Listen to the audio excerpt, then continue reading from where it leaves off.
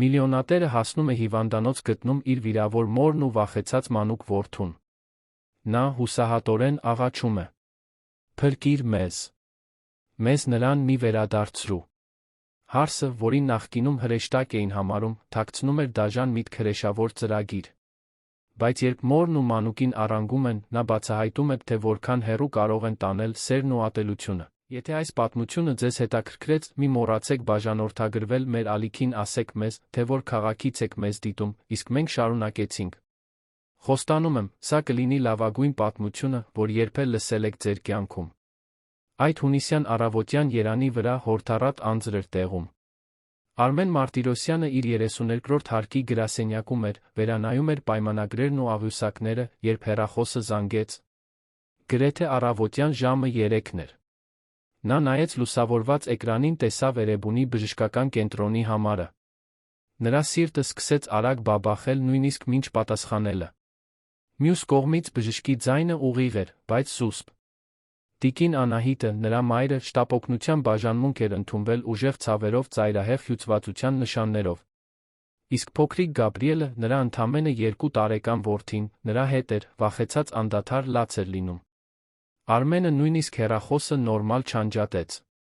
Վերցրեց բանալիները, վազելով իջավ ներք, նստեց մեքենան, դեռս թուլացած փողկապով ճմրթված վերնաշապիկով։ Թաց փողոցները, արտացոլում է։ Ին քաղաքի լույսերը, մինչ նա արագացնում էր Մաշտոցի պողոտայով։ Շփոթված մտքերն էին ներխուժել նրա միտքը։ Տիկին Անահիտը միշտ ուժեղ, անկախ, կյանքով լի կին էր եղել։ Ինչպես էր նա հասել այդ վիճակին։ Իսկ Գաբրիելը։ Ինչու էր նա հիվանդանոցում մոր հետ կեսգիշերին։ Նարինեն, նրա կինը, տանը չէր։ Որտեղ էր նա։ Հասնելով հիվանդանոց, Արմենը ուղիղ գնաց շտապօգնության բաժանմունք։ Մի բուժեղբայր նրան ուղեկցեց սենյակներից մեկի մոտ։ Նա դանդաղ բացեց դուռը, այն, ինչ տեսավ, ստիպեց նրան կանգնել միջանցքի մեջտեղում։ Տիկին Անահիտը պառկած էր մահճակալին, գունատ, դողում էր, աչքերը ներս ընկած, իսկ բարակ ձեռքերով բռնել էր սավանը, կարծես կյանքից կառչած լիներ։ Նրա կողքին, մի բուժքրոջ գրկում, Գաբրիելը խուլ լաց էր լինում, կարմրած ուռած աչքերով։ Արմենը մոտեցավ մորը։ Նա դանդաղ շրջեց դեմքը, տեսնելով նրան, արցունքները սկսեցին հոսել։ Նա բռնեց մոր ձեռքը, զգալով, թե որքան սառն ու փխրուն է այն։ Բուժքույրը Գաբրիելին տվեց նրա գիրկը։ Տղան ամուր գրկեց հորը, դեմքը թաքցնելով նրա պարանոցին, դեռս հեկեկալով։ Արմենը չէր կարողանում հասկա։ Նալ։ Նա նայեց բժշկուհուն, որը քիչ անց ներս մտավ։ Նա իր հետ բերել էր թղթապանակ, հետազոտություններով, զեկույցներով։ Լուրջ, բայց զգույշ ձայնով նա սկսեց բացատրել։ Տիկին Անահիտի մոտ առկա է ինթերսնուցման, ուժեղ ջրազրկման, սուր հուզական սթրեսի նշաններ, մարմնի վրա հետքեր, որոնք վկայում էին վերջին շրջանում ընկնելու մասին։ Գաբրիելը իր հերթին գտնվում էր հուզական շոկի մեջ, հուզական անտեսման նշաններով, առանց մխիթարության երկարատ լացի դրվագներով։ Արմենը զգաց, որ գետինը փախչում է ոտքերի տակից։ Ինչպես թե։ Նրա մայրը 2 տարի ապրում էր իր հետ, այն օրվանից, երբ Մարինեն, նրա առաջին կինը, այնքան հանկարծակի հեռացավ, թողնելով նրան մենակ նորածին երեխայի հետ։ Նարինեն նրա կյանք մտավ հենց այդ դժվար պահին, առաջարկելով աջակցություն, խնամք, կայունություն։ Նա ներկայացավ որպես բարի, համբերատար կին, որը պատրաստ էր օգնել։ Եվ նա, լիովին կորած ու հյուծված, բաց գրկով ընդունեց այդ օգնությունը։ 6 ամիս անց նրանք ամուսնացան։ Արմենը միշտ հավատում էր, որ Նարինեն լավ է խնամում իր մորը Գաբրիելին։ Նա չափազանց շատ էր աշխատում, ամբողջ օրերն անցկացնում էր դրսում, անընդհատ ճամփորդում էր։ Վստահում էր նրան։ Բայց հիմա, նայելով մոր վիճակին, որդու աչքերի վախին, նա սկսեց հասկանալ, որ ինչ-որ բան սարսափելիորեն սխալ է։ Տիկին Անահիտն ավելի ամուր բռնեց որդու ձեռքը։ Նրա շուրթերը դողում էին։ Նա փորձեց խոսել, բայց բառերը դուրս էին գալիս ցածր, ընդհատումներով։ Արմենը խոնարհվեց, ավելի լավ լսելու համար։ Նա շշնջաց մի բան, որը ստիպեց նրան սառչել։ Խնդրեց տուն չվերադառնալ։ Աղաչեց, որ պաշտպանի Գաբրիելին։ Ասաց, որ կան բաներ, որ նա չգիտի, բաներ, որ նա թաքցրել է, որպեսզի չանհանգստացնի նրան, որպեսզի չքանդի այն փխրուն խաղաղությունը, որը նա փորձում էր կառուցել Մարինեին կորցնելուց հետո։ Արմենը զգաց զայրույթի ալիք։ Ուղղակիորեն հարցրեց, թե ինչ է կատարվում։ Տիկին Անահիտը փակեց աչքերը, խորը շունչ քաշեց, սկսեց պատմել։ Նրա ձայնը թույլ էր, բայց ամեն բառը հսկայական կշիռ ուներ։ Նարինեն այն կինը չէր, ում ծածնում էր։ Տանը, նրա աչքից հեռու, նա սառն էր, դաժան, ամեն ինչ վերահսկող։ Տիկին Անահիտին վերաբերվում էր որպես բեռ, անտեսում էր նրա կարիք։ Ները ժամերով մեկուսացնում էր իր սենյակում, թողնում էր առանց պատշաճ սննդի։ Իսկ Գաբրիելին, փոքրիկ Գաբրիելին, անընդհատ նախատում էր, անտեսում, թողնում էր մենակ լաց լինել օրորոցում։ Տիկին Անահիտը խոստովանեց, որ ամեն ինչ լուր տանում էր, քանի որ վախենում էր, որ եթե ինչ-որ բան ասի, Նարինեն էլ ավելի վատ կվարվի տղայի հետ։ Նա փորձում էր պաշտպանել թոռանը, նրան իր սենյակ տանելով, երբ կարողանում էր, հանգստացնելով, քնքուշ երգելով, որ քնի։ Բայց Նարինեն նկատում էր արձագանքում էր սառը հաշվարկով։ Արգելում էր այցելությունները, Հռիփսիմեին հավատարիմ սպասուհուն, հրամայում էր լուռ մնալ, սպառնում էր, որ ցանկացած բողոք լուրջ հետանքներ կունենա։ Արմենը շոկի մեջ էր։ Ինչպես նա չէր նկատել։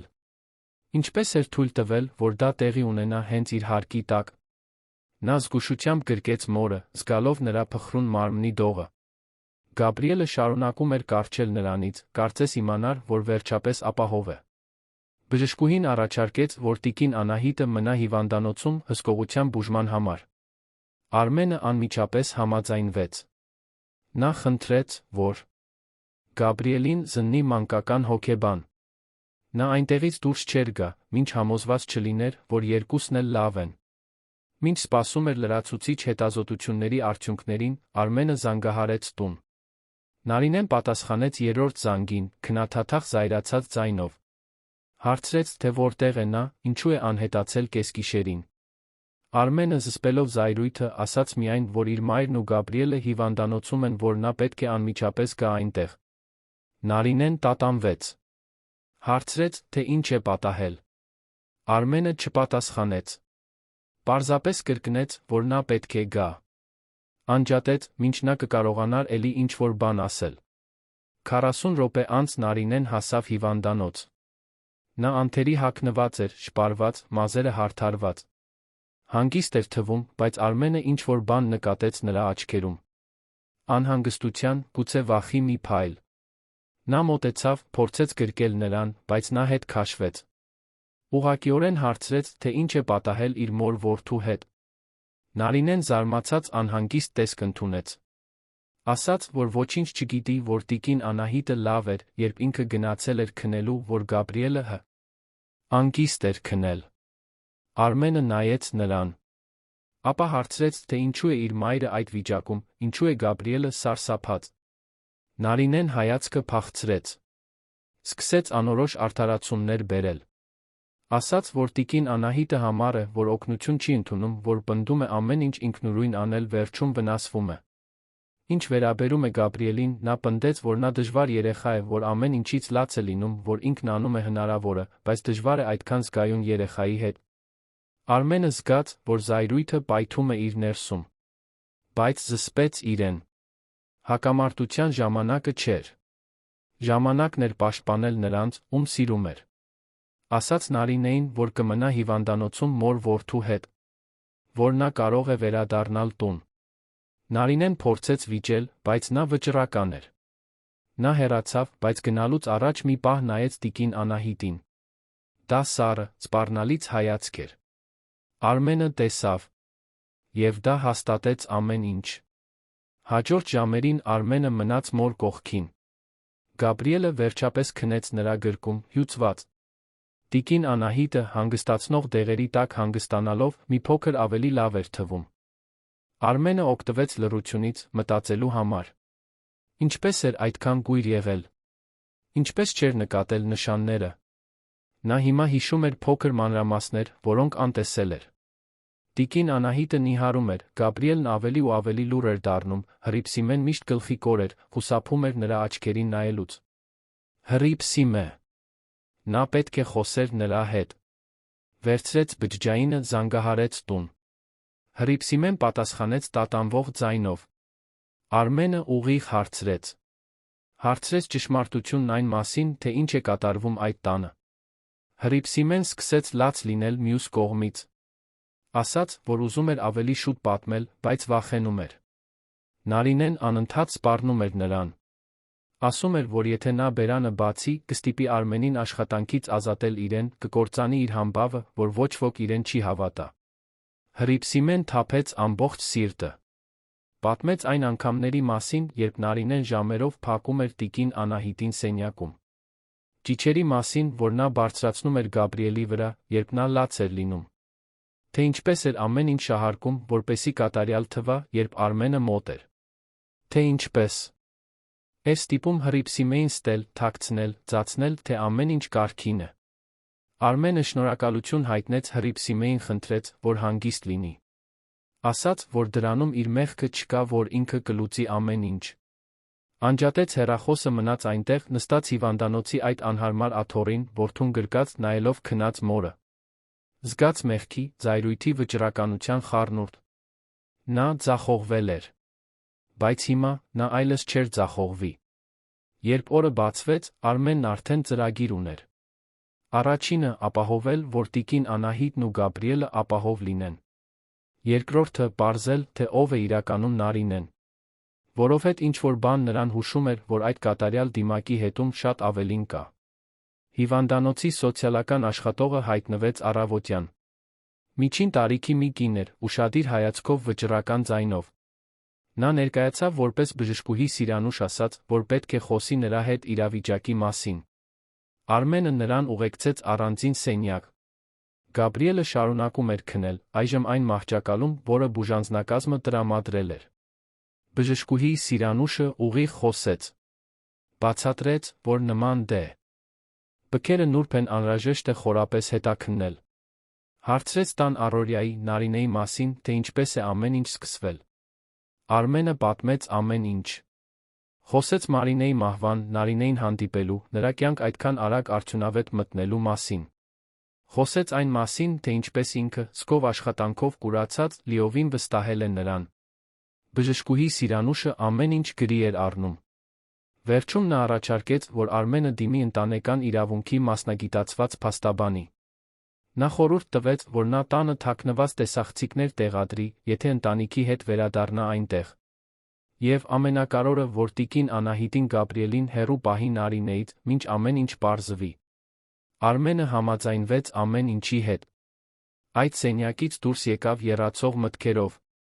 Վերադարձավ սենյակ, մորն արթնացած գտավ։ Նա նայեց նրան այդ հոգնած աչքերով, բայց հիմա ինչ-որ բան այլ էր։ Թեթացում։ Կարծես մի բեռ ընկած լիներ ուսերից։ Արմենը նստեց նրա կողքին, բռնեց ձեռքը։ Խոստացավ, որ կհոգա ամեն ինչ։ Որ նա Գաբրիելը ապահով կլինեն։ Որ նա այլևս երբեք թույլ չի տա, որ որևէ մեկը նրանց վնասի։ Տիկին Անահիտը թույլ ժպտաց, սեղմեց որդու ձեռքը։ Այդ երեկոյան Արմենը մի քանի զանգ արեց։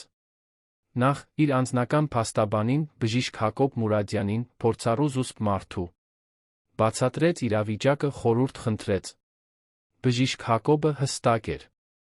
Անհրաժեշտ էր ապացույցներ հավաքել, ամեն ինչ փաստաթղթավորել, զգուշությամբ գործել։ Արմենը նա զանգահարեց մի վստահելի ընկերոջ, որն աշխատում էր անվտանգության ոլորտում։ Խնդրեց, որ տանը թաքնված տեսախցիկներ տեղադրի, հետաքննի Նարինեի անցյալը։ Մինչդեռ Նարինեն անընդհատ զանգում էր։ Հաղորդագրություններ էր ուղարկում։ Հարցնում էր, թե երբ կվերադառնա, թե տիկին Անահիտը լավ է, թե Գաբրիելն ավելի լավ է։ Արմենը կարճ խուսափողական էր պատասխանում։ Ասում էր, որ ամեն ինչ վերահսկողության տակ է, որ շուտով կվերադառնա։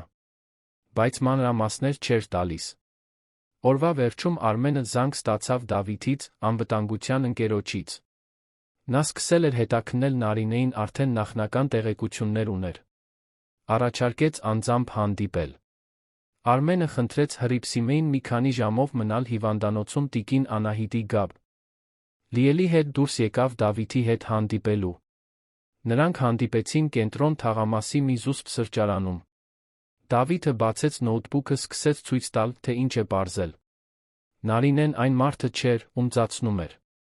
Նրա լրիվ անունը Նարինե Սամվելյան էր, բայց դրանից առաջ նա օգտագործում էր այլ ազգանուն։ Գրանցումներ կային այլ քաղաքներում կապեր կասկածելի հեղինակություն ունեցող մարդկանց հետ, կարճատ հարաբերությունների պատմություններ հարուստ տղամարդկանց հետ։ Դավիթը նա մի անհանգստացնող բան պարզեց. Նարինեն 3 քույր ուներ։ Եվ նրանք բոլորն ունեին նմանատիպ օրինաչափություն։ Կայծակնային հարաբերություններ ավելի մեծ տղամարդկանց հետ, ֆինանսական վերահսկողության իրավիճակներ, հանկարծակի անհետացումներ։ Կարծես դա ռազմավարություն լիներ։ Գոյատման միջոց կամ ավելի վատ հաշվարկված կենսակերպ։ Արմենը լուռ մնաց, յուրացնելով ամեն ինչ։ Դավիթը շարունակեց. Ասաց, որ ավելի շատ ժամանակ է պետք ամեն ինչ հաստատելու համար, բայց նշանները պարզ էին։ Նարինեն վտանգավոր էր։ Ոչ թե ֆիզիկապես դաժան իմաստով, այլ հուզական, մանիպուլյատիվ, հոգեբան։ Ական իմաստով։ Նա գիտեր, թե ինչպես մտնել մարդկանց կյանք, ինչպես վստահություն շահել, ինչպես վերահսկել իրավիճակները։ Արմենը շնորհակալություն հայտնեց ընկերոջը, խնդրեց շարունակել հետաքննությունը։ Վերադարձավ հիվանդանոց ծանր մտքերով։ Մտավ սենյակ, տեսավ Գաբրիելին արթնացած, խաղում էր մի արջուկով, որը բուժքույրը տվել էր նրան։ Տղան ժպտաց, տեսնելով հորը։ Այդ ժպիտը, որն այդքան հազվադեպ էր վերջին ամիսներին, կոտրեց Արմենի սիրտը։ Ինչպես նա չէր նկատել, որ որդին տառապում է։ Տիկին Անահիտը նույնպես ավելի լավ էր։ Մի քիչ կերել էր, զրուցել բուժքույրերի հետ, նույնիսկ ծիծաղել էր մի հիմար կատակի վրա, որը նրանցից մեկը պատմել էր։ Արմենը նստեց նրա կողքին, համառոտ պատմեց, թե ինչ է պարզել։ Տիկին Անահիտը զարմացած չթվաց։ Նա ասաց, որ միշտ ինչ-որ տարօրինակ բան է զգացել Նարինեի մեջ։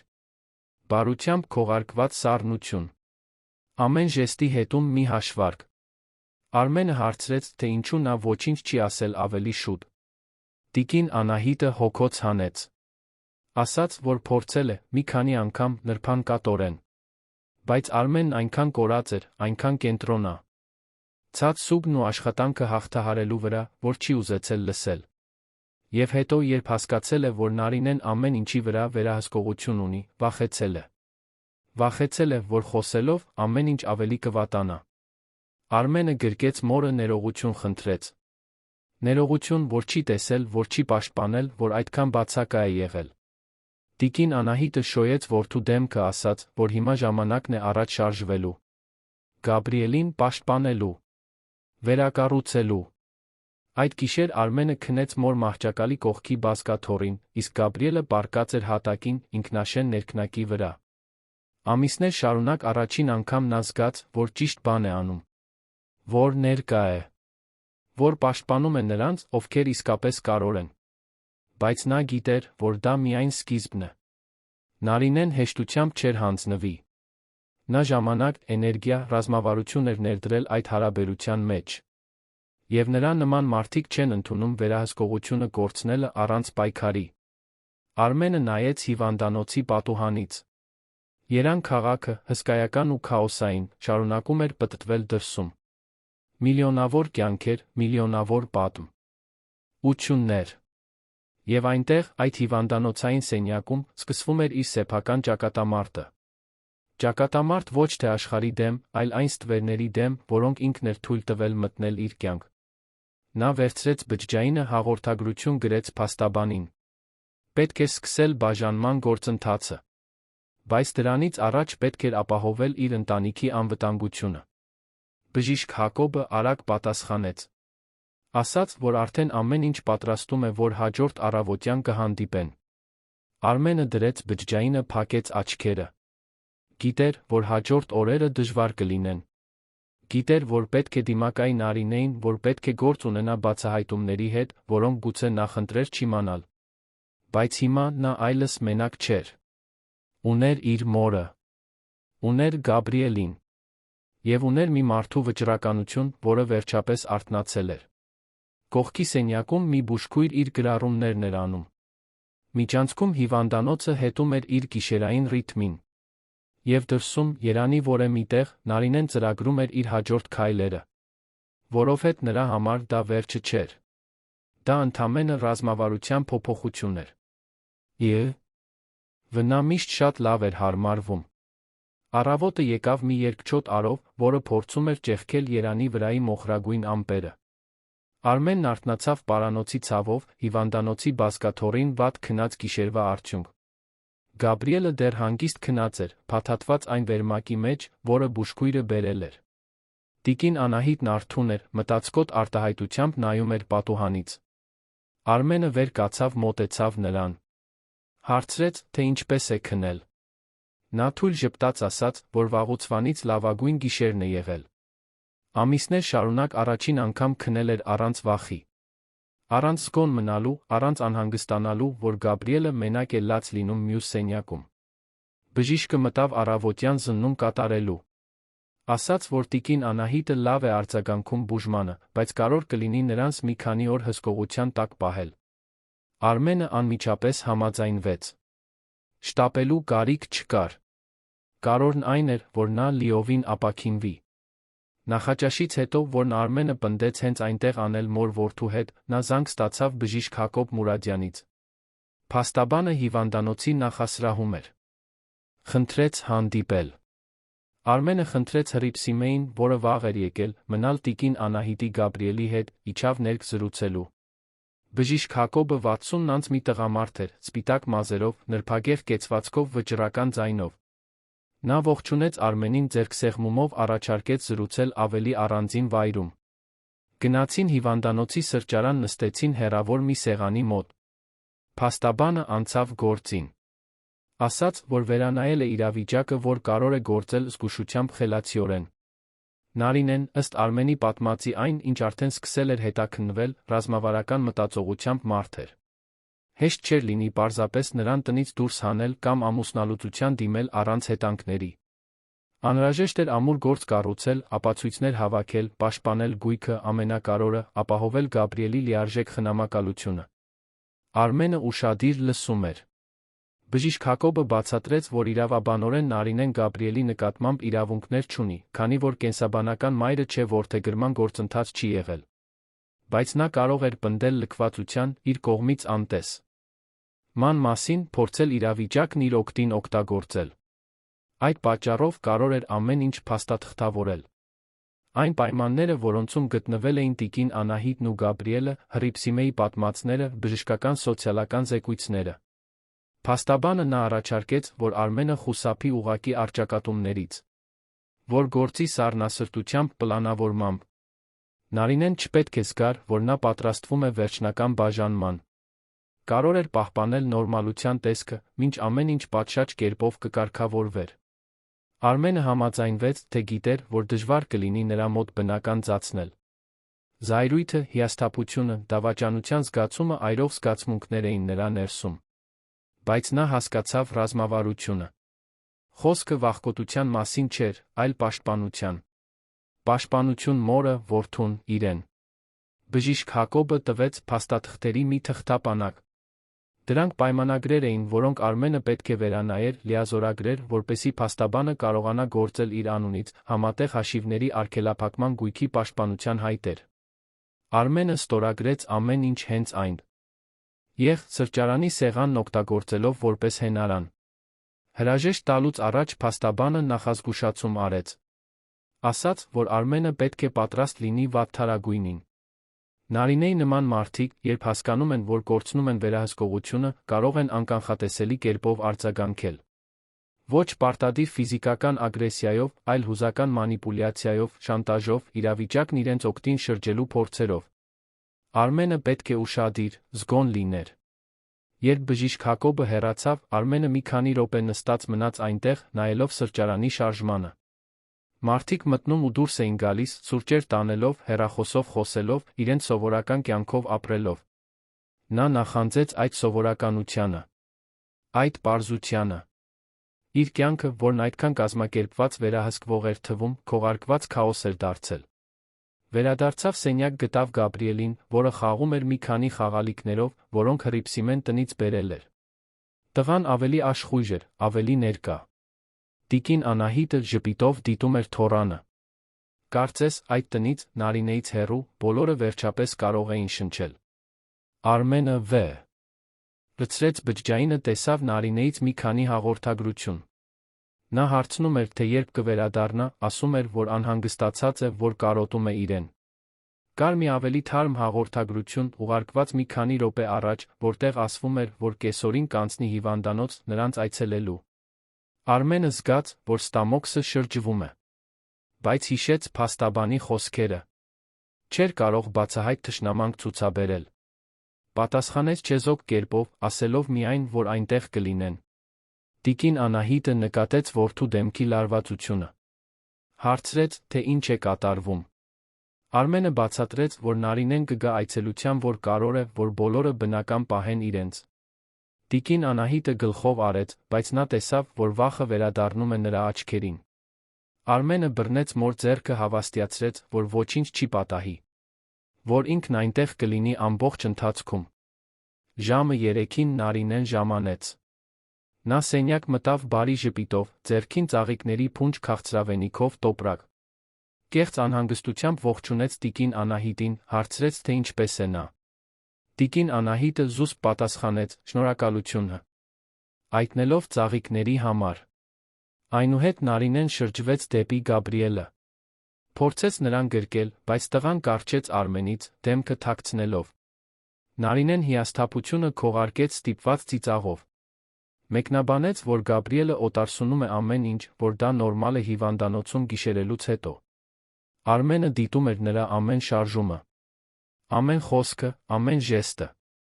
Հիմա, երբ գիտեր ճշմարտությունը, նա տեսնում էր այն, ինչ նախկինում անտեսում էր։ Կեղծիքը ժպիտի մեջ, սառնությունը աչքերում, քողարկված լարվածությունը։ Նարինեն դերասանուհի էր։ Եվ շատ լավ դերասանուհի։ Նա աթոռ քաշեց, նստեց մահճակալի կողքին։ Սկսեց խոսել այն մասին, թե որքան է անհանգստացել, թե ինչպես չի հասկանում, թե ինչ է պատահել, թե ինչպես է ուզում օգնել։ Արմենը ընդհատեց նրան։ Ասաց, որ բժիշկը բացատրել է, որ տիկին Անահիտի մոտ ծայրահեղ սթրեսի թերսնուցման վիճակ է, որ անհրաժեշտ կլինի հետաքննել պատճառները։ Նարինեն զարմացած ցածրեց։ Ասաց, որ տիկին Անահիտը միշտ համառ է եղել, որ հրաժարվում է ուտելիքից, որ օգնություն չի ընդունում։ Տիկին Անահիտը լուռ մնաց, բայց Արմենը տեսավ, որ արցունքներ են հավաքվում նրա աչքերում։ Նա բռնեց մոր ձեռքը, ասաց Նարինեին, որ այսուհետ ինքն անձամբ կհոգա նրա սննդի բարեկեցության մասին։ Նարինեն ժպտաց, բայց այդ ժպիտի մեջ վտանգավոր բան կար։ Նա հարցրեց, թե Արմենը ինչ-որ բան ակնարկում է,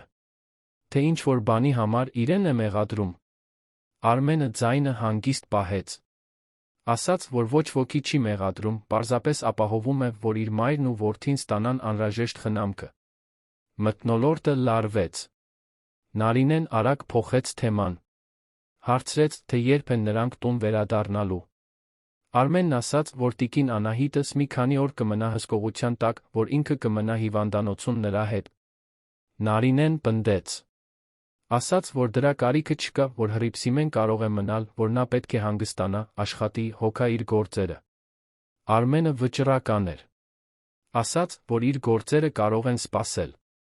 որ իր առաջնահերթությունը հիմա ընտանիքն է։ Նարինեին պատասխանը դուր չեկավ։ Նա վեր կացավ, ասաց, որ պետք է գնա մի քանի բան կարգավորելու, որ հաջորդ օրը կվերադառնա։ Հրաժեշտ տվեց Արմենի այտին սառը համբույրով հեռացավ։ Հենց որ դուռը փակ 6. Տիկին Անահիտը պահած շունչը բաց թողեց։ Արմենը նկատեց, որ նա լարված է եղել ամբողջ ընթացքում։ Գաբրիելը, որը լուռ նստած էր հոր գրկում, նույնպես սկսեց թուլանալ։ Զարմանալի էր, թե ինչպես ընդամենը 2 տարեկան երեխան արդեն կարողանում էր զգալ այդ կնոջ բացասական էներգիան։ Գիշերը, երբ Գաբրիելը քնեց տիկին Անահիտը հանգստանում էր, Արմենը զանգ ստացավ Դավիթից, ընկերոջից, որը հետաքննում էր Նարինեին։ Նա մի կարևոր բան էր պարզել, ուզում էր որքան հնարավոր է շուտ հանդիպել։ Արմենը խնդրեց Հռիփսիմեին նորից մնալ հիվանդանոցում, դուրս եկավ Դավիթի հետ հանդիպելու Արաբկիր թաղամասի մի զուսպ ռեստորանում։ Դավիթը սպասում էր հետի սեղաններից մեկի մոտ։ Նա լուրջ արտահայտություն ուներ։ Հենց որ Արմենը նստեց, Դավիթը բացեց փաստաթղթերի լուսանկարների մի թղթապանակ։ Այն, ինչ նա պարզել էր, անհանգստացնող էր։ Նարինեն նրա 3 քույրերը՝ Լուսինեն, տաթը Սոնան, միասին մեծացել էին Կոտայքի մարզի մի մանկատանը։ Բոլորին որդեգրել էին տարբեր ընտանիքներ, բայց տարիների ընթացքում կապը պահպանել էին։ Եվ բոլորը, բացարձակապես բոլորը, Ունեին ավելի մեծ տղամարդկանց հետ հարաբերությունների, ֆինանսական վերահսկողության իրավիճակների հանկարծակի անհետացումների օրինաչափություն։ Դավիթը ցույց տվեց հին թերթերի կտրոններ, արխիվացված հետաքննությունների զեկույցներ, ոստիկանական գրառումներ։ Կային դեպքեր, երբ տղամարդիկ կորցրել էին իրենց կարողությունը, մյուսները պարզապես անհետացել էին այն քաղաքներից, որտեղ ապրում էին, ոմանք էլ խորը դեպրեսիայի մեջ էին ընկել։ Հանցագործության կոնկրետ ապացույցներ չկային, բայց կար հստակ օրինաչափություն։ Համակարգված մանիպուլյացիայի օրինաչափություն։ Արմենը սարսուռ զգաց հարցրեց, թե արդյոք կա որևէ բան, որը Նարինեին կապում է հատկապես իր ընտանիքի հետ։ Դավիթը տատանվեց։ Ասաց, որ դեռ հետաքննում է, բայց կա մի հետաքրքիր հետք։ Ռուբենը, Արմենի եղբայրը, մի քանի տարի առաջ կարճատ կապ է ունեցել Նարինեի քույրերից մեկի, Լուսինեի հետ։ Արմենը ցնցվեց։ Ռուբենը միշտ հուզականորեն փխրուն մարդ էր, ֆինանսապես կախված ավագ եղբորից։ Նա ապրում էր Արմենի օգնությամբ, որը վճարում էր նրա հաշիվները, պահպանում էր նրա անկանոն կենսակերպը։ Եվ հիմա պարզում է, որ Ռուբենը կապ է ունեցել Նարինեի շրջապատից մեկի հետ։ Դավիթը շարունակեց. ասաց, որ փորձում է գտնել Ռուբենին, խոսելու համար, բայց նա մի քանի շաբաթ է անհետացել է։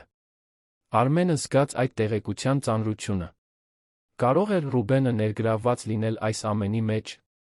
Կարող էր նա մանիպուլյացիայի ենթարկված լինել այդ կանանց կողմից։ Դավիթն առաջարկեց, որ Արմենը կրկնակի զգույշ լինի։ Եթե իսկապես կապ կար Ռուբենի Նարինեի ընտանիքի մեջ, ապա ամեն ինչ շատ ավելի բարդ էր, քան թվում էր։ Արմենը համաձայնվեց, խնդրեց Դավիթին շարունակել հետաքննությունը։ Նա խնդրեց, որ փորձի որքան հնարավոր է շուտ գտնել Ռուբենին։ Վերադառնալով հիվանդանոց, Արմենը մտավոր հուզականորեն հյուծված էր։ Դանդաղ մտավ սենյակ, որպեսզի չարթնացնի Գաբրիելին տիկին Անահիտին։ Նստեց բազկաթոռին, մնաց այնտեղ, նայելով քնած երկուսին։ Մտածեց Մարինեի, իր առաջին կնոջ մասին։ Հիշեց, թե որքան քնքուշ, անկեղծ կյանքով լի էր նա։ Հիշեց այն օրը, երբ նա հեռացավ, թողնելով իրեն մենակ երեխայի հետ։ Արմենը միշտ հավատում էր, որ Մարինեի հեռանալը հանկարծակի էր։ Կյանքի ճակատագրական դեպք։ Բայց հիմա, այն ամենով, ինչ պարզում էր, մի սարսափելի կասկած սկսեց ծագել։ Իսկ եթե դա պարզապես ճակատագրական դեպք չէր։ Իսկ եթե ավելին կար։ Նա թափ տվեց գլուխը, փորձելով հեռացնել այդ միտքը։ Չէր կարող սկսել բաներ երակայել առանց ապացույցների։ Բայց կասկածի սերմը ցանվել էր։ Հաջորդ առավոտյան բժիշկ Հակոբը նորից զանգեց։ Ասաց, որ դատական որոշում է ստացել Արմենի տանը անվտանգության տեսախցիկներ տեղադրելու համար, պատճառաբանելով ընտանիքի պաշտպանության անհրաժեշտությունը։ Նա պաշտոնապես սկսել էր բաժանման գործընթացը, բայց գաղտնի առանց Նարինեին դեռս տեղեկացնելու։ Արմենը շնորհակալություն հայտնեց, հարցրեց, թե որքան ժամանակ կպահանջվի, մինչ ամեն ինչ լուծվի։ Բժիշկ Հակոբը անկեղծ էր։ Ասաց, որ դա կախված կլինի բազմաթիվ գործոններից, բայց որ ինքը կանի հնարավորը գործընթացն արագացնելու համար։ Կարևորն այն էր, որ Նարինեն չնկատի, մինչ նրա համար արդեն շատ ուշ լինի արձագանքելու։ Հաջորդ օրերին Արմենը պահպանեց հիվանդանոցային առօրյան։ Նարինեն ամեն օր գալիս էր կարճ այցելությունների, միշտ փորձը լով անհանգիստ օգտակար թվալ։ Բայց Արմենը տեսնում էր դիմակի միջով։ Տեսնում էր անհամբերությունը նրա աչքերում, զայրույթը, երբ նա ասում էր, որ ավելի երկար կմնա հիվանդանոցում, հիասթափությունը, երբ փորձում էր մոտենալ Գաբրիելին, տղան մերժում էր։ Տիկին Անահիտն օրեցօր լավանում էր։ Բժիշկները տպավորված էին նրա ապաքինմամբ։ Նա նորից լավ էր ուտում, զրուցում, ժպտում։ Կարծես, ազատվելով այդ ամենօրյա ճնշումից, նա վերածնվել էր։ Գաբրիելը նույնպես փոխվել էր։ Ավելի աշխույժ, ավելի շփվող, ծիծաղում էր բուժքույրերի կատակներից։ Մի կեսօր, երբ Արմենը միջանցքում միայնակ պատասխանում էր աշխատանքային նամակներին, սոցիալական աշխատողներից մեկը մոտեցավ։ Բժշկուհի Սիրանուշն էր։ Նա խնդրեց առանձին խոսել։ Գնացին դատարկ հանդիպումների սենյակ։ Բժշկուհի Սիրանուշն ասաց, որ մանրամասն գնահատել է դեպքը, որ իր զեկույցները խորհուրդ են տալիս, որ տիկին Անահիտն ու Գաբրիելը չվերադառնան տուն, քանի դեռ Նարինեն այնտեղ է։ Նա բացատրեց, որ թե ֆիզիկական բռնության ապացույցներ չկան, կան հուզական բռնության անտեսման հստակ նշաններ։ Եվ դա բավարար պաշտոնական խորհրդատվության համար։ Արմենը թեթացավ։ Այդ զեկույցը կարող կլիներ բաժանման գործընթացի Գաբրիելի վերջնական խնամակալությունն ապահովելու համար։ Շնորհակալություն հայտնեց բժշկուհի Սիրանուշին, խնդրեց ամեն ինչի պատճենը։ Այդ գիշեր Արմենը որոշում կայացրեց։ Նա չէր վերադառնա այդ տուն։ Ժամանակավոր բնակարան կվարձեր, տիկին Անահիտին Գաբրիելին կտաներ այնտեղ, հենց որ նա դուրս գրվեր, կվերադառնար առանձնատուն միայն իր իրերը վերցնելու, երբ Նարինեն այնտեղ չլիներ։ Ժամանակն էր լիովին խզել կապերը։ Զանգեց բժիշկ Հակոբին, հայտնեց որոշումը։ Փաստաբանը համաձայնվեց, որ դա լավագույն ռազմավարությունն է։ Նա տեղեկացրեց, որ Ռուբենին գտել են։ Նա Երանի Արելյան մասի մի էժան հյուրանոցում էր, ըստ երույթին, առանց փողի, խուսափելով ընտանիքի հետ շփումից։ Դավիթին հաջողվել էր խոսել նրա հետ, հանդիպում էր նշանակել հաջորդ օրվա համար։ Արմենը խնդրեց մասնակցել այդ հանդիպմանը։ Պետք էր նայել եղբոր աչքերին, հասկանալ, թե իրականում ինչ է կատարվում։ Հաջորդ օրը Արմենը տիկին Անահիտին Գաբրիելին թողեց Հռիփսիմեի խնամքին։ Դուրս եկավ Ռուբենի հետ հանդիպելու։ Հյուրանոցը պարզ էր, գրեթե անմխիթար, Մալաթիա Սեբաստիա թաղամասի մոտ գտնվող մի աշխույժ փողոցում։ Դավիթը սպասում էր ընդունարանում։ Միասին բարձրացան երրորդ հարկի սենյակ։ Ռուբենը բացեց դուռը։ Նա անճանաչելի էր։ Նիհար, խորս շրջանակներով աչքերի տակ, չսափրված մորուքով, ճմրթված հագուստով։ Կործանված մարդու տեսք ուներ։ Տեսնելով Արմենին, նա սկսեց լաց լինել։ Ասաց, որ շատ է ցավում, որ ամաչում է, որ սարսափելի բան է արել։ Արմենը մտավ սենյակ, նստեց միակ աթոռին։ Ռուբենը կանգնած մնաց, հենված պատին։ Դավիթը մնաց դռան մոտ։ Արմենը խնդրեց Ռուբենին պատմել ամեն ինչ։ Ռուբենը սկսեց խոսել հեկեկոցների միջով։ Պատմեց, որ Լուսինեին, Նարինեի քրոջը, ճանաչել է մոտ 3 տարի առաջ։ Նա հմայիչ էր, ուշադիր, թվում էր, թե իսկապես հետաքրքրված է իրենով։ Նրանք ունեցել են կարճ, բայց բուռն հարաբերություն։ Լուսինեն շատ էր հարցնում ընտանիքի, Արմենի գործերի մասին։ Ռուբենը, միամիտ ուշադրության կարոտ, պատմում էր ամեն ինչ։ Երբ Մարինեն հղիացավ, հետո հանկարծակի հեռացավ, Ռուբենը շոկի մեջ էր։ Լուսին Էն մխիթարեց նրան։ Հենց այդ ժամանակ նա նշեց, որ քույր ունի, Նարինե անունով, որը նույնպես կորուստներ է ունեցել, կարող է օգնել Արմենին։ Ռուբենը, ուզենալով օգնել եղբորը տպավորված Լուսինեի ենթադրյալ բարությամբ, կազմակերպեց պատահական հանդիպում Արմենի Նարինեի միջ։ Արմենը զգաց, որ արյունը սառչում է։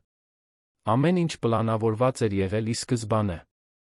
Նարինեն պատահաբար չէր մտել իր կյանք։ Դա հաշվարկված ռազմավարություն էր, որը մշակվել էր հենց իր եղբոր օգնությամբ։ Ռուբենը շարունակեց։ Ասաց, որ երբ Արմենն ու Նարինեն ամուսնացան, Լուսինեն սկսեց փոխվել։ Դարձավ սառը, հեռու։ Ռուբենից փող էր խնդրում, հաճախ։ Նա, չհամարձակվելով ավելին խնդրել Արմենից, սկսեց վաճառել իր սեփական իրերը, պարտքով վերցնել վաշխառուներից։ Լուսինեն անհետացավ մի քանի ամիս առաջ, թողնելով նրան պարտքերի մեջ հուսահատ։ Հենց այդ ժամանակ Ռուբենը սկսեց կասկածել։ Ուսումնասիրեց Լուսինեին, պարզեց նրա քույրերի մասին, գտավ օրինաչափությունները։ Եվ հասկացավ, որ իր սեփական եղբորը վտանգի տակ է դրել։ Բայց այնքան վախեցած էր, այնքան ամաչում էր, որ չկարողացա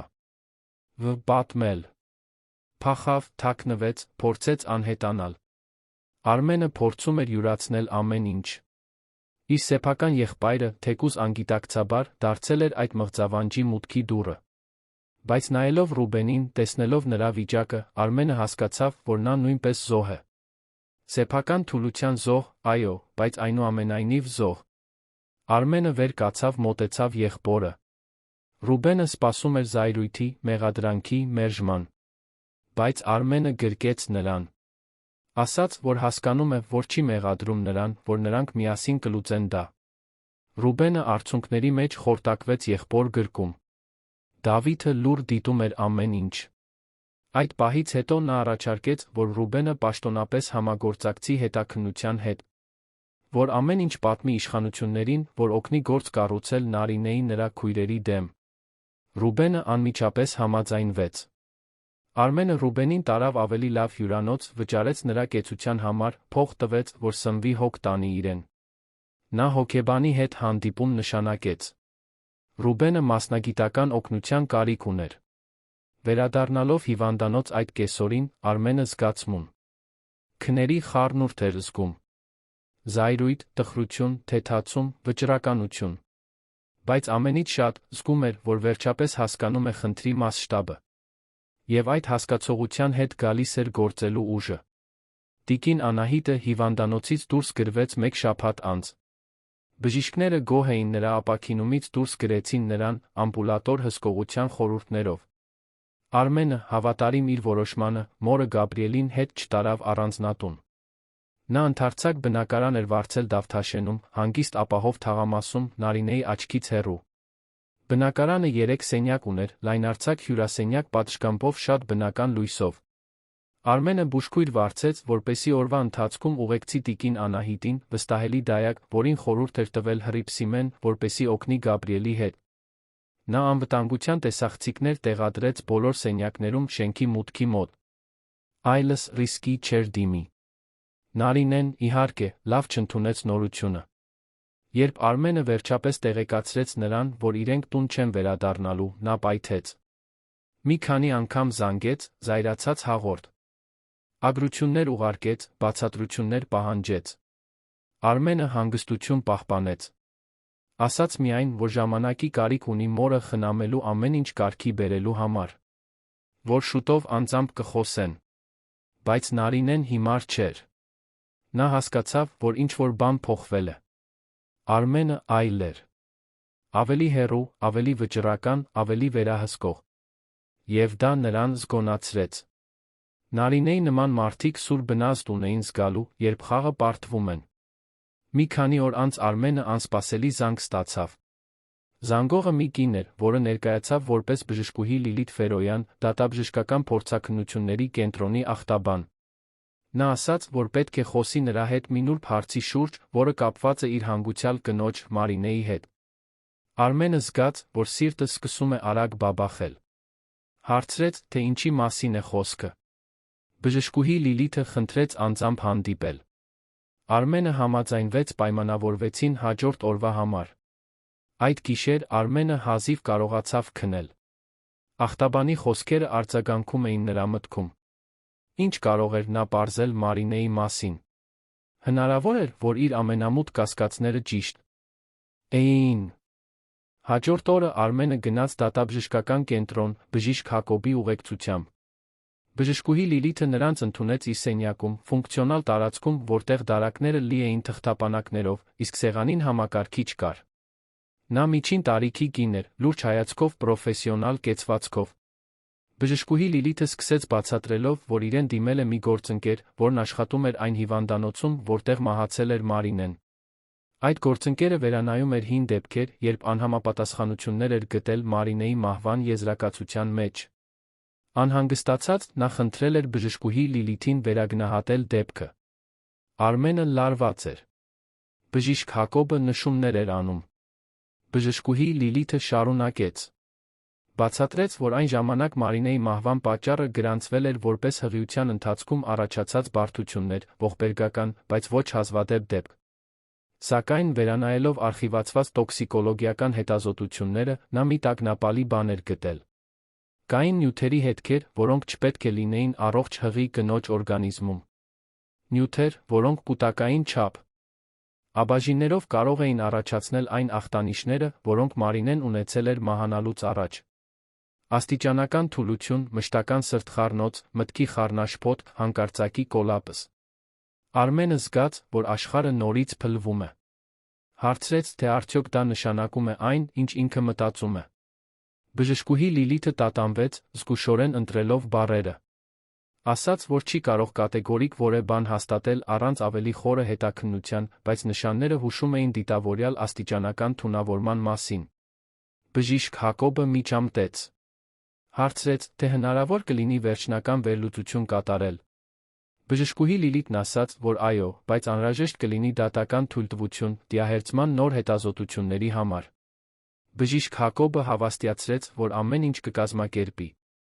Արմենը այդ հանդիպումից դուրս եկավ լիովին ցնցված։ Մարինեն իր առաջին կինը, Գաբրիելի մայրը, չէր հեռացել ճակատագրի բերումով։ Նրան խլել էին իրենից։ Եվ ամեն ինչ մատնանշում էր Նարինեին։ Նա վերադարձավ Դավթաշենի բնակարան, դեռս բացահայտման շոկի տակ։ Տիկին Անահիտը նկատեց որդու վիճակը հենց նրա ներս մտնելուն պես։ Հարցրեց, թե ինչ է պատահել։ Արմենը նստեց նրա կողքին, բազմոցին պատմեց ամեն ինչ։ Տիկին Անահիտը գունատվեց։ Նրա աչքերը լցվեցին արցունքներով։ Նա բռնեց որդու ձեռքերը, ասաց մի բան, որը ամեն ինչ իմաստավորեց։ Պատմեց, որ Մարինեի մահվանից ամիսներ առաջ Նարինեն արդեն հաճախում էր իրենց տուն։ Նա հայտնվում էր տարբեր պատրվակներով, միշտ առաջարկելով օգնել, ընկերակցել Մարինեին, հղի համար հատուկ թեյեր ու տեսներ պատրաստել։ Արմենը հիշեց. Ճիշտ է։ Նարինեն արդեն մոտ էր։ Նա մոռացել էր այդ մանրամասնության մասին։ Այն ժամանակ նա դա բարի քայլ էր համարել։ Մտածել էր, որ դա պարզապես համերաշխ մարդ է, որն օգնում է հղի կնոջը։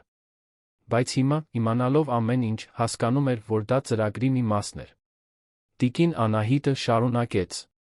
Ասաց, որ այն ժամանակ նույնիսկ որոշ բաներ տարօրինակ էին թվացել։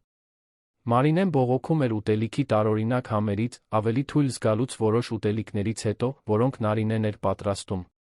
Բայց բոլորը դա վերագրում էին հղիության հորմոններին, հղիներին բնորոշ ցանկություն։ Ներին մերժումներին։ Ոչ ոք չէր պատկերացնում, որ կարող է ավելի վատ բան լինել։ Արմենը կործանված էր։ Զգում էր ճնշող մեղքի զգացում։ Ինչպես չէր նկատել։ Ինչպես էր թույլ տվել այդ կնոջը մտնել իր կյանք, իր տուն, Մարինեի մոտ։ Զայրույթը, որ զգում էր Նարինեի նկատմամբ, այժմ ուղեկցվում էր իր նկատմամբ էլ ավելի մեծ զայրույթով։ Տիկին Անահիտը գրկեց որդուն։ Ասաց, որ նա չի կարող իրեն մեղադրել։ Որ Նարինեն փորձառու մանիպուլյատոր էր, որ նա խաբել էր բոլորին, որ ոչ ոք չէր կարող կանխատեսել։ Բայց Արմենը գիտեր, որ երկար ժամանակ կպահանջվի իրեն ներելու համար։ Բժիշկ Հակոբը զանգեց 2 օր անց։ Նա ստացել էր դատական թույլտվությունը դիահերձման համար։ Գործընթացը կիրականացվեր 1 շաբաթից։ Արմենը թույլատրեց ամեն ինչ։ Նրան պետք էր ճշմարտությունը, որքան էլ որ ցավոտ լիներ։ Մինչդեռ Դավիթը շարունակում էր հետաքննել Նարինեին նրա քույրերին։ Նա պարզեց, որ 4 կանայք բարդ անցյալ ունեին։ Նրանք մեծացել էին տարբեր մանկատներում, այն բանից հետո, երբ նրանց հանել էին խնդրահարույց որդեգիր ընտանիքներից։ Այս տրավմատիկ անցյալը նրանց որել էր աղավաղված գոյատման մի տեսակ ուխտի մեջ։ Նրանք աշխարհը տեսնում էին որպես թշնամական վայր, հավատում էին, որ անվտանգություն ապահովելու միակ ձը վերահսկողության մանիպուլյացիայի միջոցով է։ Դավիթը նա մի ավելի թարմ բան պարզեց։ Նարինեն զգալի գումարներ էր հանել Արմենի հետ ունեցած համատեղ հաշիվներից։ Բարձր գումարներ, փոխանցված երրորդ անձանց անունով հաշիվների։ Նա պատրաստվում էր փախչել։ Արմենն անմիջապես տեղեկացրեց բժիշկ Հակոբին։ Փաստաբանին հաջողվեց հաշիվների արգելափակման որոշում ստանալ։ Նարինեն այլս չէր կարողանա գումար տեղափոխել։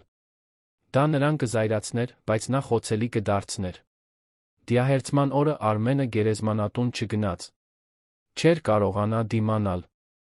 Մնաց բնակարանում Գաբրիելի հետ, խաղում էր տղայի հետ, փորձում էր զբաղված մնալ։ Տիկին Անահիտը աղոթում էր սենյակում։ Հրիփսիմեն ճաշ էր պատրաստում խոհանոցում։ Տանջալից սպասման օր էր։ Բժիշկ Հակոբը զանգեց երեկոյան։ Նոր հետազոտությունների նախնական արդյունքները հաստատում էին կասկածները։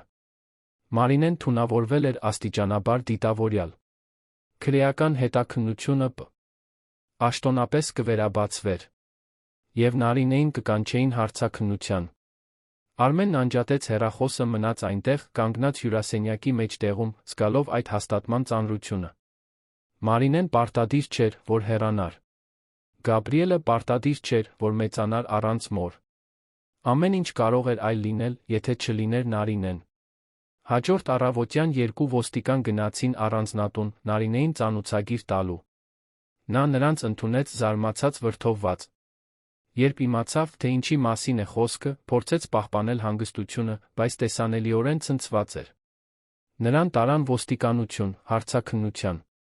Հարցաքննության ընթացքում Նարինեն ամեն ինչ հերքեց։ Ասաց, որ հազիվ է ճանաչել Մարինեին, որ միայն մի քանի անգամ է օգնել համերաշխությունից դրդված, որ երբեք նման սարսափելի բան չէր անի։ Բայց քննիչները ապացույցներ ունեին։ Նյութերի գնումների գրառումներ, քույրերի հետ փոխանակված հաղորդագրություններ, վկաների ցուցմունքներ, որոնք տեսել էին նրան Մարինեի համար ուտելիք պատրաստելիս։ Ապացույցների հետ առերեսվելով Նարինեն փոխեց ռազմավարությունը։ Սկսեց լաց լինել, զո։ Հիդեր խաղալ, ասել, որ իրեն չեն հասկանում, որ անարդարացիորեն են մեղադրում։ Բայց գործի պատասխանատու քննիչը, կապիտան Գայանե Սարգսյանը, փորձառու էր։ Նա արդեն գործ էր ունեցել, մանիպուլյատորների հետ չխաբվեց։ Նարինեին ժամանակավորապես ազատ արձակեցին, բայց հրամանով, որ չմոտենա Արմենին, տիկին Անահիտին կամ Գաբրիելին։ Նա նրա անձնագիրը առգրավվեց։ Նա ոստիկանությունից դուրս եկավ փակ դեմքով, աչքերը զսպված զայրույթով լի։ Արմենն ամեն ինչի մասին իմացավ բժիշկ Հակոբի միջոցով։ Փաստաբանը նրան խորհուրդ տվեց կրկնապատկել անվտանգությունը։ Նարինեն անկյուն քշված էր, իսկ անկյուն քշված մարդիկ կարող են անկանխատեսելի բաներ անել։ Այդ գիշեր Արմենը բնակարանում էր, երբ զանգ ստացավ անհայտ համարից։ Տատանվեց, բայց պատասխանեց։ Դա Լուսինեն էր, Նարինեի քույրը, որը կապ ուներ Ռուբենի հետ։ Լուսինեն ասաց, որ պետք է անձամբ խոսի նրա հետ, որ կարևոր տեղեկություններ ունի։ Արմենը կասկածեց։ Կարող էր ծուղակ լինել։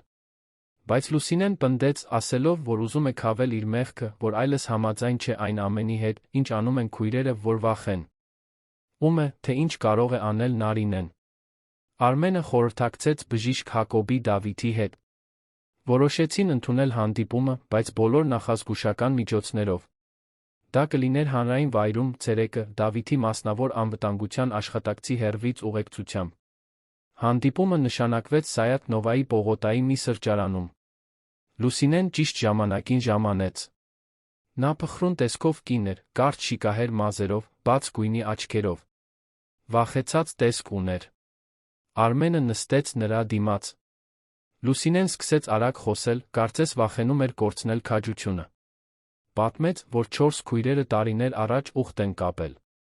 Նրանք կաջակցեն միմյանց, կօգտագործեն իրենց տաղանդները ֆինանսական անվտանգություն ապահովելու համար, ոչ մեկից կախված չեն լինի։ Սկզբում դա միայն իրենց պաշտպանելու մասին էր։ Բայց ժամանակի ընթացքում, հատկապես Նարինեի ազդեցության տակ, որն ամենախելացին ու ամենասառնասիրտն էր, դա վերածվեց ավելի մութ մի բանի։ Լուսինեն ասաց, որ խորապես զղջում է Ռուբենին ներգրավելու համար։ Որ ինքն իսկապես հավանում էր նրան, բայց Նարինեն ճնշում էր գործադրել, որպեսզի օգտագործի այդ հարաբերությունը Արմենին հասնելու համար։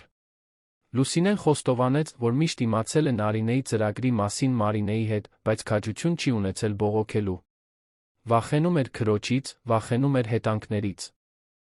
Արմենը լուռ լսում էր նրան, զսպելով զայրույթը։ Լուսինեն շարունակեց։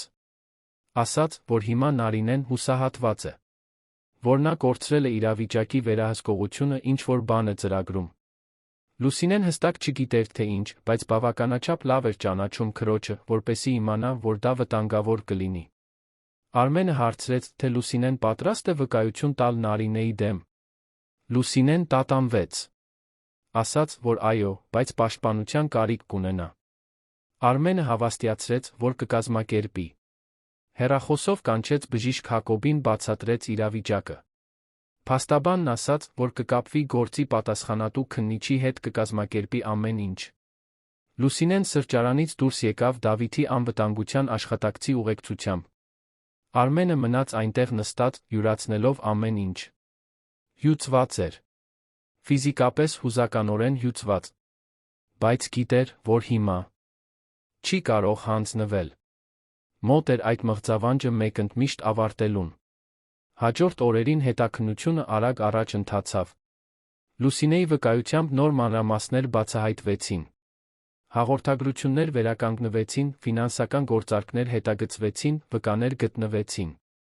Օղակը սեղմվում էր Նարինեի շուրջ։ Նա, դա հասկանալով, ավելի ու ավելի անկանոն էր դառնում։ Մի քանի անգամ փորձեց կապվել Արմենի հետ, ուղարկելով սպառնալից հաղորդագրություններ, հետո աղերսող, հետո մեղադրող։ Արմենը ոչ մեկին չպատասխանեց։ Հետում էր փաստաբանի ցուցումներին։ Ռուբենը, որը հոգեբանական բուժում էր ստանում ապաքինվում, նույնպես հարցաքննության կանչվեց։ Նա պատմեց այն ամենը, ինչ գիտեր, ընդունեց իր դերը պատմության մեջ, պաշտոնապես ներողություն խնդրեց Արմենից։ Եղբայրների միջ հարաբերությունները թե վնասված, բայց կամաց-կամաց վերականգնվում էին։ Մի կեսօր Արմենը բնակարանում խաղում էր Գաբրիելի հետ, երբ շտապ զանգ ստացավ Դավիթից։ Նարինեն անհետացել էր։ Առանձնատանը չէր, հեռախոսին չէր պատասխանում, ոչ ոք չգիտեր, թե որտեղ է նա։ Դավիթը կասկածում էր, որ նա կարող է փախուստ կամ ավելի վատ բան ծրագրել։ Արմենն անմիջապես ակտիվացրեց շենքի անվտանգությունը։ Խնդրեց կրկնապատկել հսկողությունը։ Նա տեղեկացրեց քննիչ Գայանեին, որը որոնման հրաման տվեց։ Արմենը հանգիստ չէր քնի, մինչ չիմանար, թե որտեղ է Նարինեն։ 2 ժամ անց Դավիթը նորից զանգեց։ Նարինեին գտել էին։ Նա Զվարթնոց օդանավակայանի մոտ գտնվող մի հյուրանոցում էր։ Ըստ երույթին, ծրագրում էր լքել երկիրը, կեղծ փաստաթղթեր օգտագործելով։ Ոստիկանությունն արդեն ճանապարհին էր։ Արմենը թեթացած շունչ քաշեց։ Վերջապես, այդ մղձավանջը մոտենում էր իր ավարտին։ Նարինեին ձերբակալեցին հյուրանոցում։ Երբ առերեսվեցին, նա լիովին կորցրեց հանգստությունը։ Գոռաց, բոլորին մեղադրեց իր դեմ դավադրության մեջ, սպառնաց բոլորին դատի տալ։ Բայց այլս փախչելու ճանապարհ չկար։ Ապացույցները ամուր էին։ Լուսինեի վկայությունը, Մարինեի թունավորման ապացույցները, տիկին Անահիտի Գաբրիելի դեմ հուզական մանիպուլյացիայի գրառումները, ամեն ինչ փաստաթղթավորված էր։ Նախնական կալանքը որոշվեց։ Նարինեն կդատվեր մի քանի հանցագործությունների համար։ Լուսինեն, համագործակցության դիմաց, կստանար կրճատված պատիժ։ Մյուս 2 քույրերը, Տաթը Սոնան, նույնպես գտնվեցին հարցաքննվեցին։ Նրանք ներգրավված էին նմանատիպ սխեմաների մեջ այլ քաղաքներում։ Արմենը ամեն ինչին հետում էր բժիշկ Հակոբի միջոցով։ Վերջապես, նա կարող էր շնչել։ Նարինեն այլս սպառնալիք չէր։ Նրա մայրն ապահով էր։ Գաբրիելն ապահով էր։ Մարինեի մասին ճշմարտությունը բացահայտվել էր։ Բայց ցավը մեկ գիշերվա մեջ չանցավ։ Արմենը գիտեր, որ ժամանակ կպահանջվի ամեն ինչ յուրացնելու, բուժվելու, իրեն ներելու համար։ Բայց հիմա, գոնե, նա պարզություն ուներ։ Ճշմարտություն ուներ։ Եվ իր ընտանիքն ուներ։ Դավթաշենի բնակարանում տիկին Անահիտն օրեցօր ավելի էր ապաքինվում։ Նա նորից սկսեց ժպտալ, խոհարարությամբ զբաղվել, ուրախությամբ խնամել թոռանը։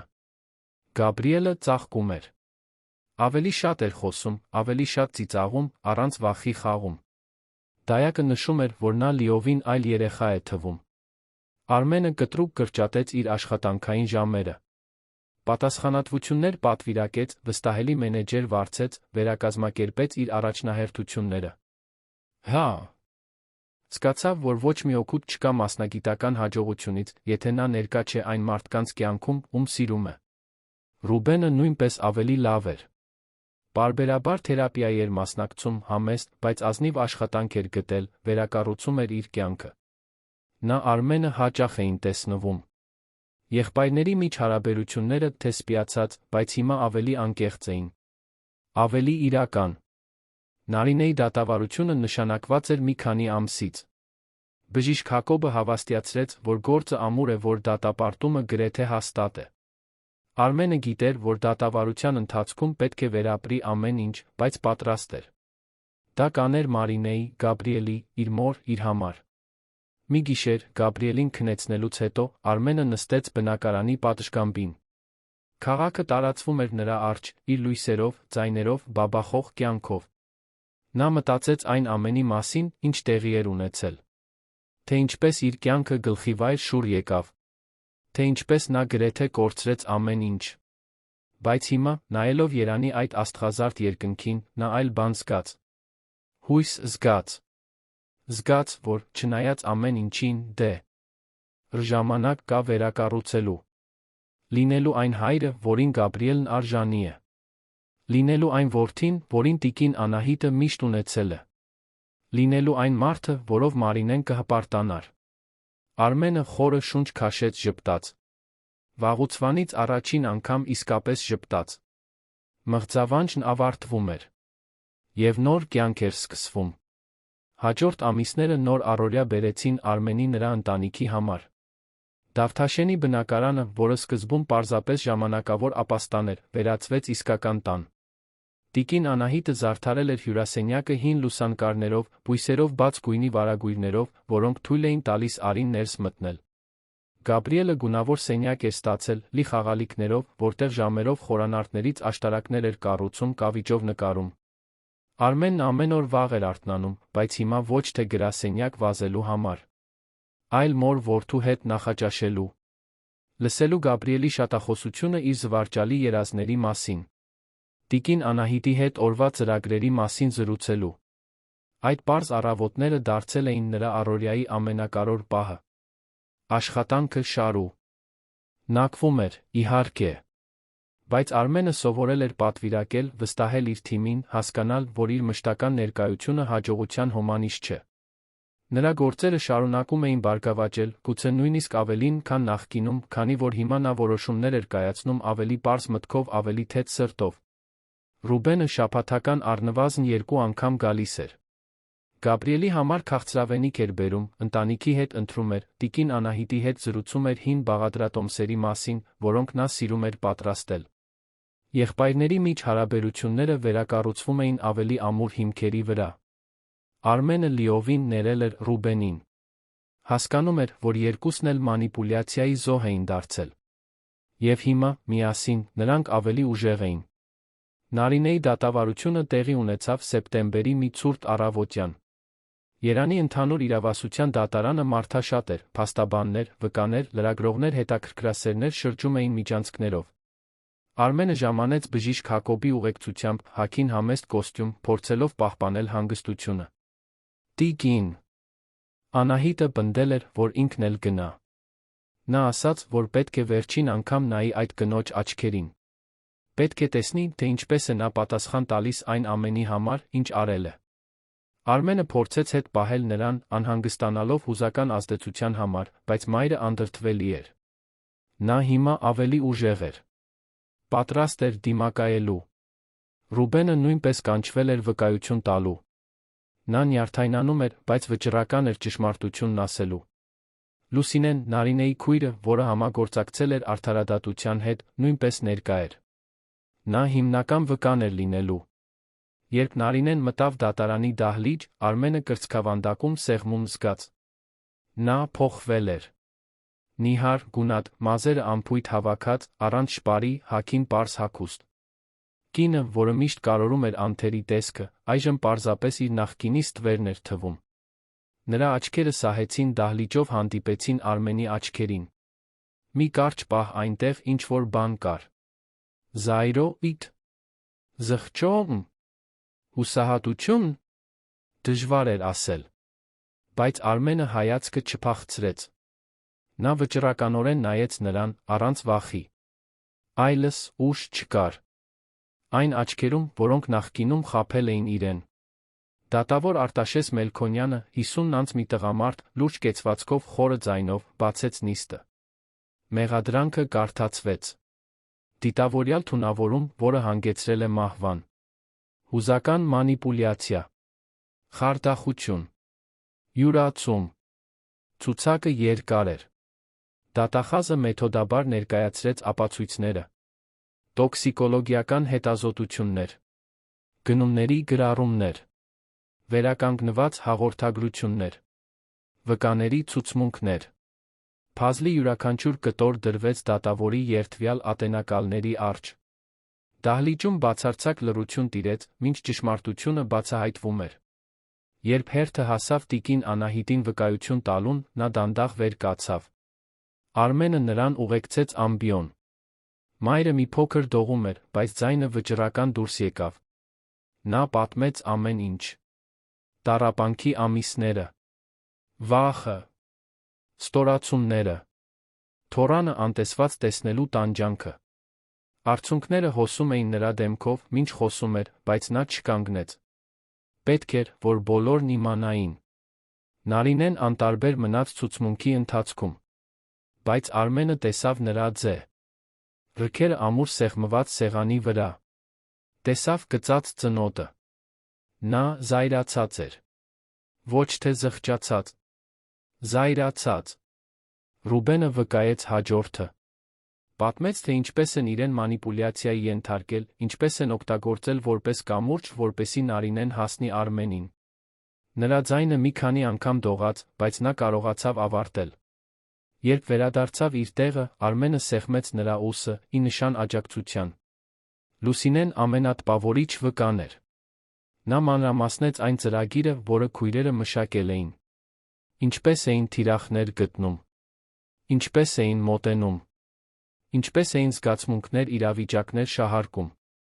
Նա խոսեց Մարինեի մասին, թե ինչպես Նարինեն ամիսներ շարունակ պլանավորել, պատրաստել, իրականացրել է սառը հաշվարկված ծրագիր։ Նարինեի պաշտպանությունը փորձեց վարկաբեկել Լուսինեին, պնդելով, որ նա ստում է արտոնությունների դիմաց։ Բայց ապացույցները հաստատում էին ամեն բառ։ Չափազանց շատ ապացույցներ կային։ Չափազանց շատ փաստաթղթեր։ Չափազանց շատ վկաներ։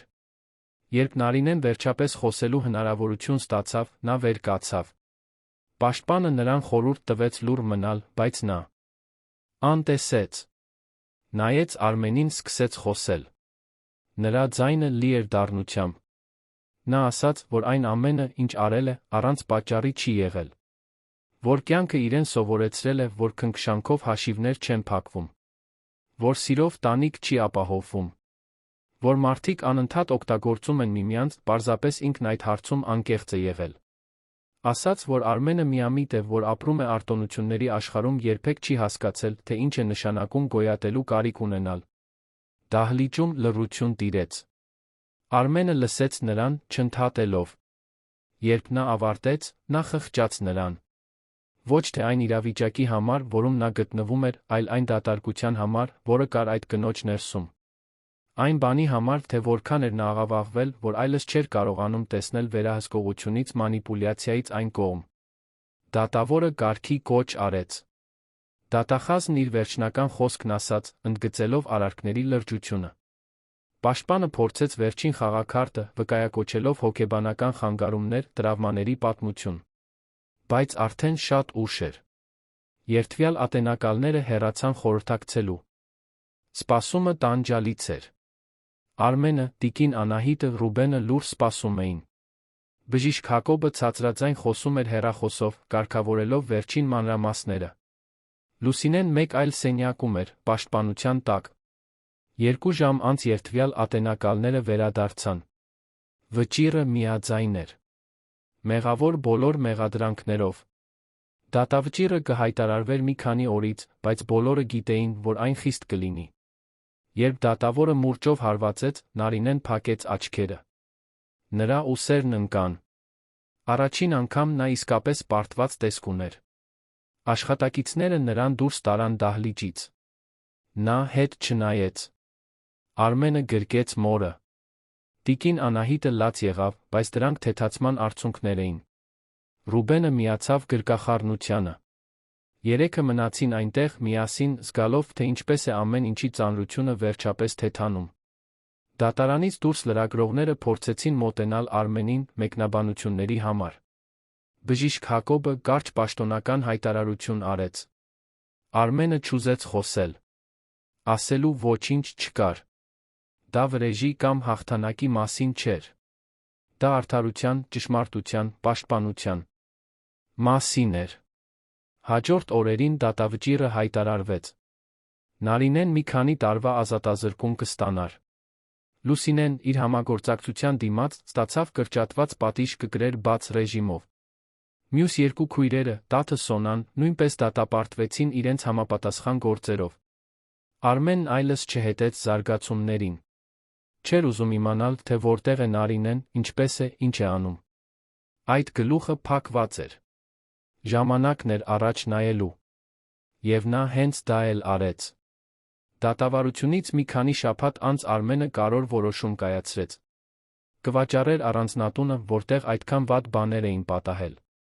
Գումարը կօգտագործեր նոր տուն գնելու համար, հանգիստ թաղամասում, Գաբրիելի համար խաղալու բակով, տիկին Անահիտի համար խնամելու այգիով։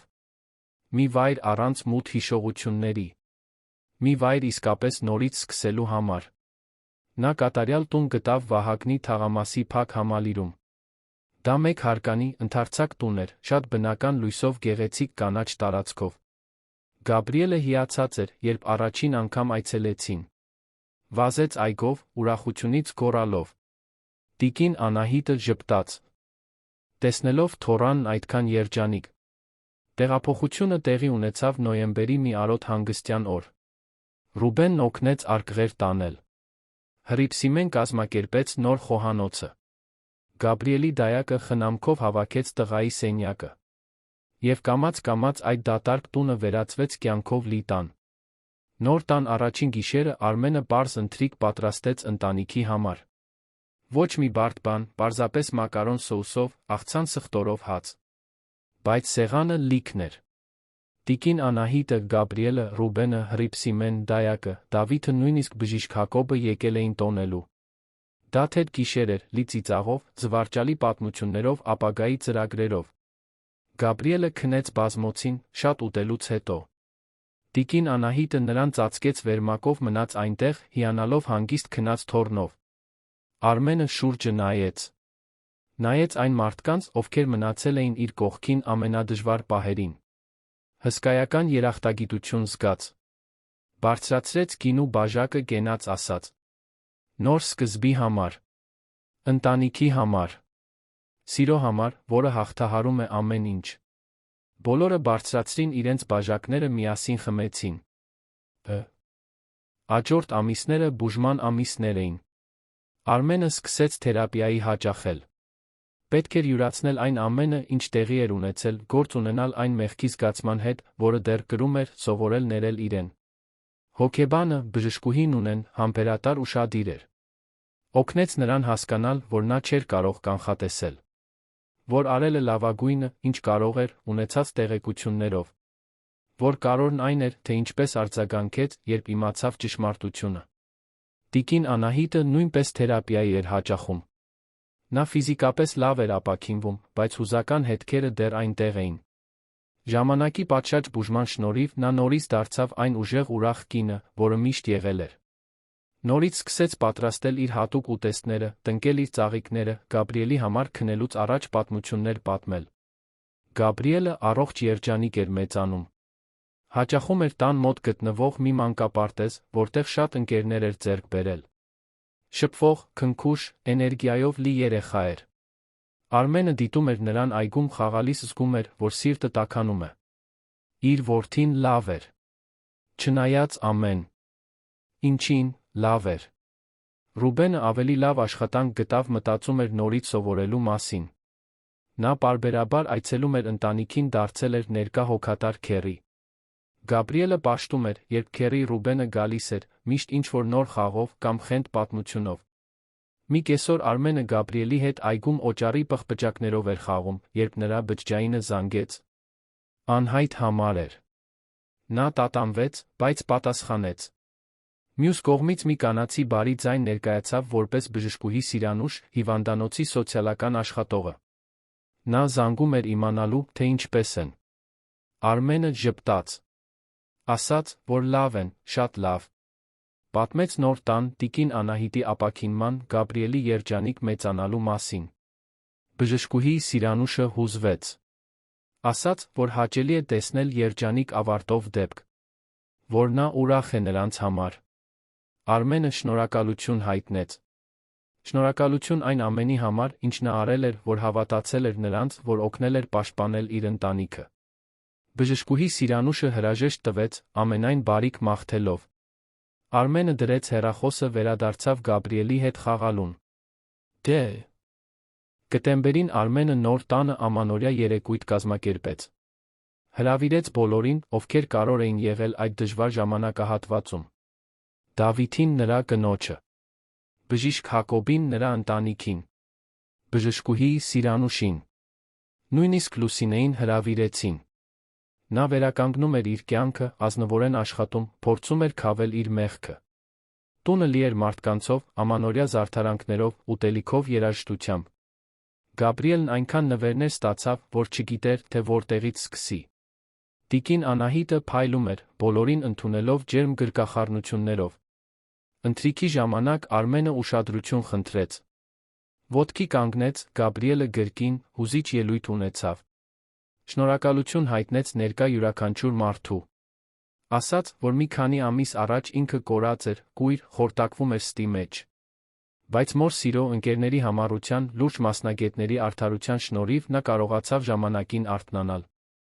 Ասաց, որ դաժան դասեր է քաղել, որ մասնագիտական հաջողությունը ոչինչ չի նշանակում առանց ընտանիքի, որ վստահությունը պետք է վաստակել, ոչ թե կուրորեն տալ, որ ներկա լինելն ավելի կարևոր է, քան ցանկացած ստորագրված պայմանագիր, եւ որ ամենից վեր իսկական սերը հաղթահարում է ցանկացած մանիպուլյացիա։ Բոլորը ծափահարեցին։ Տիկին Անահիտը հուզմունքից լաց եղավ։ Ռուբենը գրկեց եղբորը։ Գաբրիելը, լավ չհասկանալով ելույթը, ծափ տվեց, ընդօրինակելով մեծերին։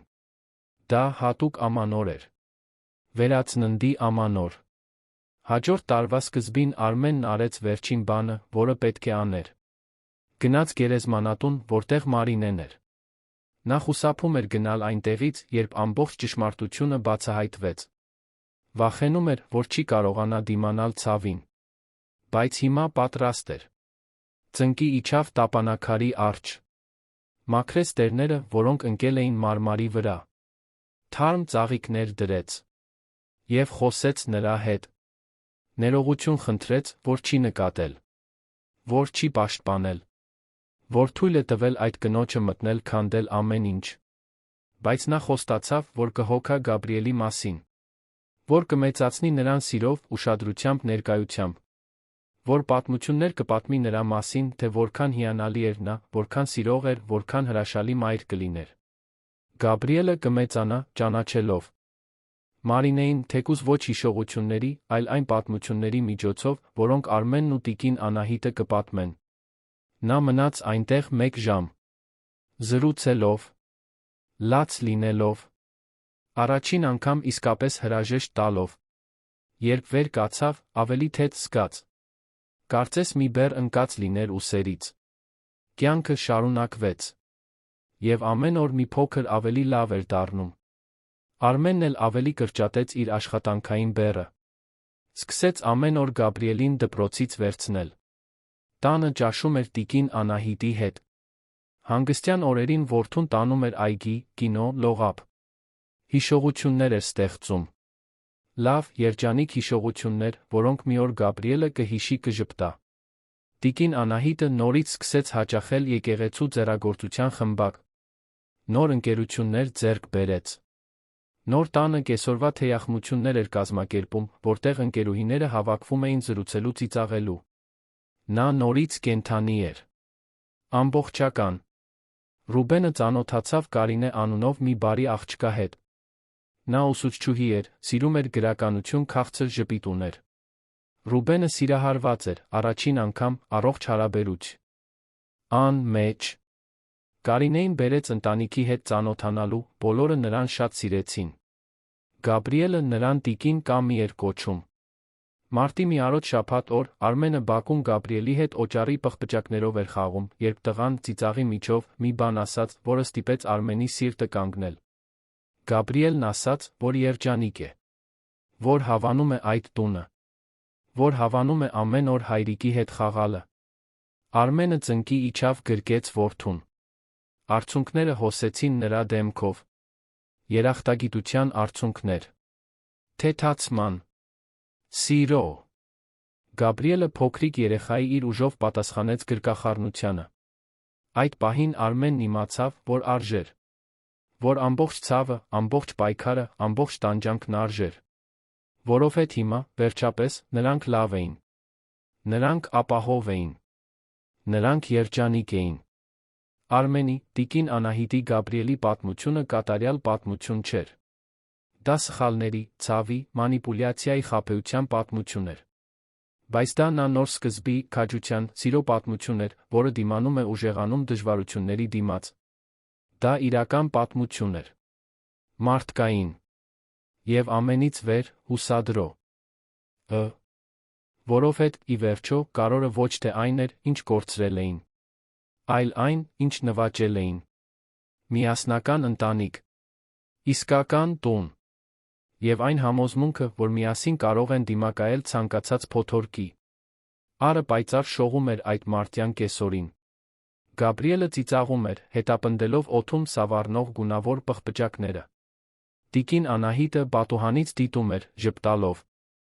Ռուբենը Կարինեի հետ եկավ, կեսօրվա նախուտեստի համար տորտ բերելով։ Եվ Արմենը, նայելով այդ ամենին, զգաց մի բան, որը վաղուց չէր զգացել։ Խաղաղություն։ Լիակատար իսկական խաղաղություն։ Ցավը վերածվեց հիշողության։ Տրավման վերածվեց ուժի։ Եվ ընտանիքը վերածնվեց ստվերներից հեռու, լուսավորված նոր օրվա արով։ Պատմության ավարտը, սիրելի ունկնդիրներ, հուսով ենք, որ Արմենի, տիկին Անահիտի, Գաբրիելի պատմությունը հուզեց ձեր սիրտը։ Եթե դուք հուզվեցիք նոր սկզբի, հաղթահարված ցավի ամեն ինչին դիմացող սիրո այս ճանապարհորդությամբ, դրեք ձեր հավանումը, բաժանորդագրվեք ալիքին մեկնաբանություններում պատմեք, թե ինչն է ձեզ ամենաշատը տպավորել։ Որ պահն էր, որ ամենաշատը հուզեց ձեզ։ Դուք երբե բախվել եք հուզական մանիպուլյացիայի իրավիճակի։ Ինչպես եք հաղթահարել։ Մենք ուզում ենք լսել նա ձեր պատմությունը։